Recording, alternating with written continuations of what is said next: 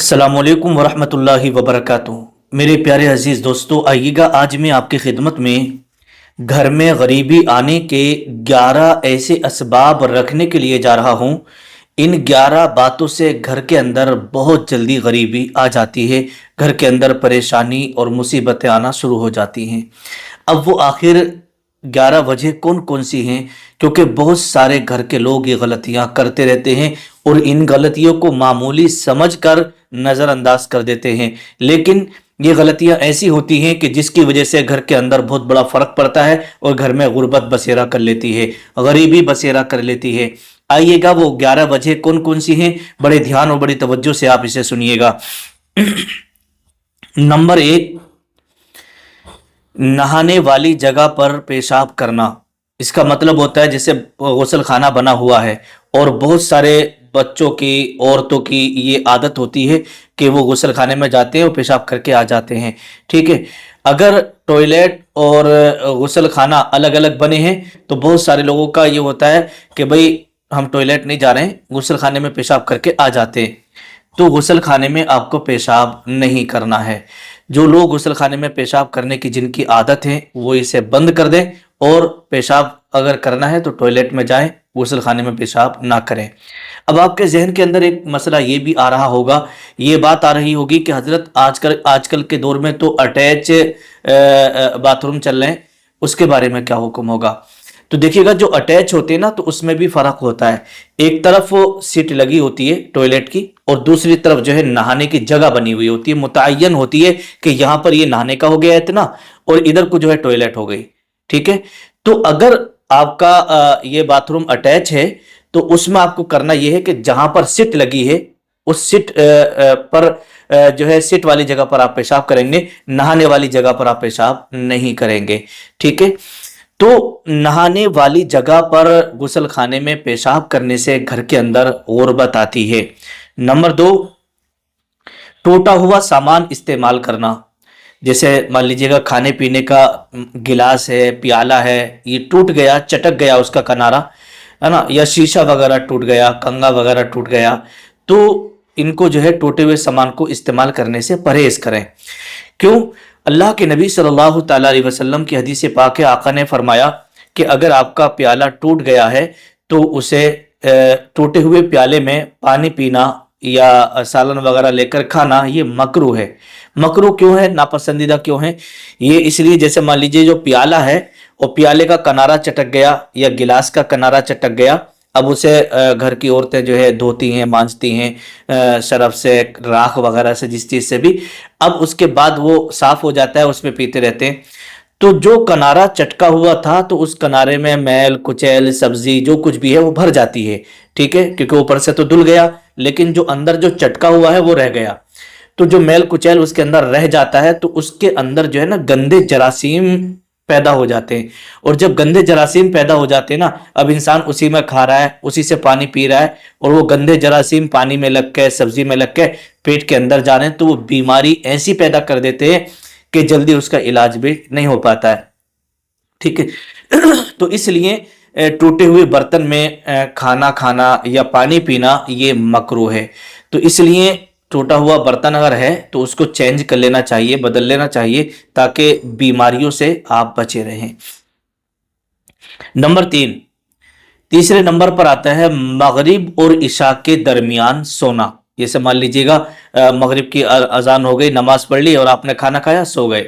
ठीक है, और अगर हाँ आपको सोना है तो इशा की नमाज पढ़ के सोएं। जो लोग मगरिब और इशा के बीच में सो जाते हैं तो फिर वो सोते रहते हैं, उनकी इशा की नमाज भी छूट जाती है। ठीक है, तो इमाम अहले सुन्नत आला हजरत ने इसको जो है मना लिखा है कि मगरिब और इशा के दरमियान सोना ये मना है। अगर किसी की आदत है सोने की तो फिर उसे चाहिए कि वो इशा की नमाज पढ़ के तब सोया करे। नंबर 4, चौथे नंबर पर आता है मेहमान के आने पर नाराज होना।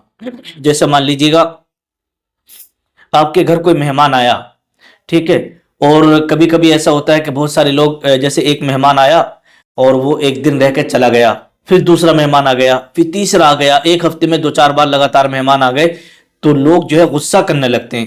بہت سارے لوگوں کا ایسا مزاج ہوتا ہے کہ بھئی اب تو مہمانوں کا پل ٹوٹ گیا اور اب تو مہمانوں سے فرصت ہی نہیں مل رہی ہے, طرح طرح کے جملے بازی کرنے لگتے ہیں.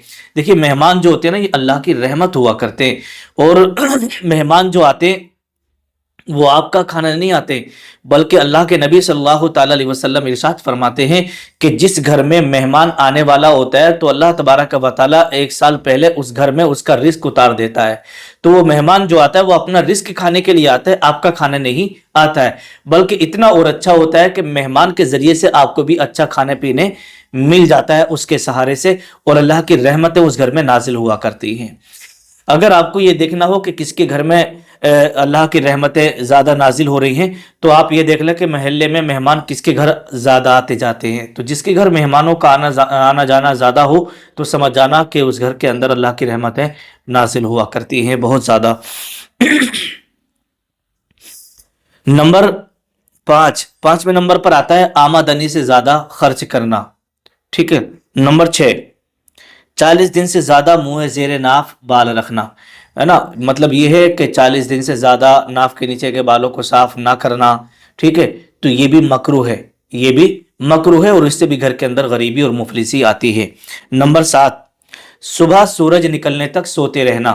بہت سارے لوگوں کی عادت ہوتی ہے کہ رات کو وہ 1 2 بجے تک جاگتے رہتے ہیں, اور جب 2 بجے تک جاگ لیے اور جب فجر کا وقت ہوتا تو بہت سکون کے ساتھ سوئے رہتے ہیں. جب سورج نکل آتا تب اٹھتے ہیں, اٹھ کے ہاتھ منہ دھو کے ناشتہ کر کے کام پہ چلے جاتے ہیں. تو یہ طریقہ غلط ہے, بلکہ فجر میں اٹھنا ہے, نماز پڑھنا ہے اور ذکر و اذکار کرنا ہے. اس سے روزی میں برکت ہوتی ہے, اور جو روزی جو تقسیم ہوتی ہے نا وہ صبح کے وقت میں تقسیم ہوتی ہے. تو ظاہر سی بات ہے پھر ہم شکایت کرتے ہیں کہ یار ہمارے گھر میں برکت نہیں ہو رہی, کماتے تو بہت ہیں لیکن گھر میں رکتا نہیں ہے, کیا کیا جائے. تو دیکھیے گا رکنے کا مطلب یہی ہے کہ آپ 5 وقت کی نماز پڑھیں گے تو انشاءاللہ آپ کے گھر میں برکتیں ہوں گی. جب آپ نمازوں سے دور رہیں گے تو برکتیں کہاں سے. نمبر 8 نمبر پر آتا ہے قبرستان میں ہنسنا. قبرستان میں بھی نہیں ہنسنا چاہیے. نمبر 9, بسم اللہ پڑھے بغیر کھانا کھانا. جب بھی آپ کھانا کھانے کے لیے بیٹھو تو بسم اللہ پڑھ لو. جب بسم اللہ آپ پڑھ لیں گے تو آپ کے ساتھ میں شیطان شریک نہیں ہوگا, اور جب آپ نے بسم اللہ ہی نہیں پڑھی تو شیطان بھی آپ کے ساتھ میں شریک ہو جاتا ہے, جس سے کھانے میں برکت نہیں رہتی. نمبر 10, جھوٹی قسمیں کھانا. بہت سارے لوگوں کی عادت ہوتی ہے, کوئی سامان بیچ رہے ہوتے ہیں, کسی سے بات کر رہے ہوتے ہیں کہ وہی قسم اللہ کی, اور دنیا بھر کی قسم, کعبے کی جنہیں کائے کی قسم وہ کھاتے رہتے ہیں, اور بات بات پہ قسم کھاتے ہیں. تو جھوٹی قسمیں کھانے سے بھی گھر میں مفلسی اور غریبی آ جاتی ہے. نمبر 11 نمبر پر ہے قرآن مجید نہ پڑھنا. بہت سارے لوگوں کو آپ نے دیکھا ہوگا کہ گھر میں قرآن شریف رکھا ہوتا ہے لیکن وہ پڑھتے نہیں ہیں. 8 دن ہو جاتے ہیں, مہینہ ہو جاتا ہے, اور قرآن مقدس کے اوپر گرد و غبار جم جاتا ہے, لیکن وہ قرآن شریف کھول کے نہیں دیکھتے ہیں. تو اگر آپ کے گھر یہاں پر قرآن شریف ہے تو آپ ہر نماز کے بعد قرآن شریف پڑھیں, فجر کے بعد پڑھیں, رات کو عشاء کے بعد پڑھیں, فجر کی نماز کے بعد سورہ یاسین پڑھیں, عشاء کی نماز کے بعد سورہ واقعہ پڑھیں. اس طریقے سے آپ روزانہ قرآن شریف پڑھیے گا, پھر دیکھیے گا آپ کے گھر کے اندر کتنی رحمتیں اور برکتیں نازل ہوتی ہیں, مفلسی غریبی دور ہو جائے گی. جب ہم یہ غلطیاں کرتے رہیں گے, قرآن شریف ہمارے گھر میں موجود ہے, ہم کھول کے نہیں دیکھ رہے ہیں, تو کیا ہوگا, کہاں سے برکت ہوگی. نماز ہم نہیں پڑھ رہے تو کہاں سے برکتیں ہوں گی. ٹھیک ہے. تو میرے پیارے عزیز دوستو, یہ 11 وجہ جو میں نے آپ کو بتائی ہے نا, اس پر عمل کریے گا, انشاءاللہ تبارک و تعالی مفلسی و غریبی آپ کے گھر کبھی نہیں آئے گی. السلام علیکم ورحمۃ اللہ.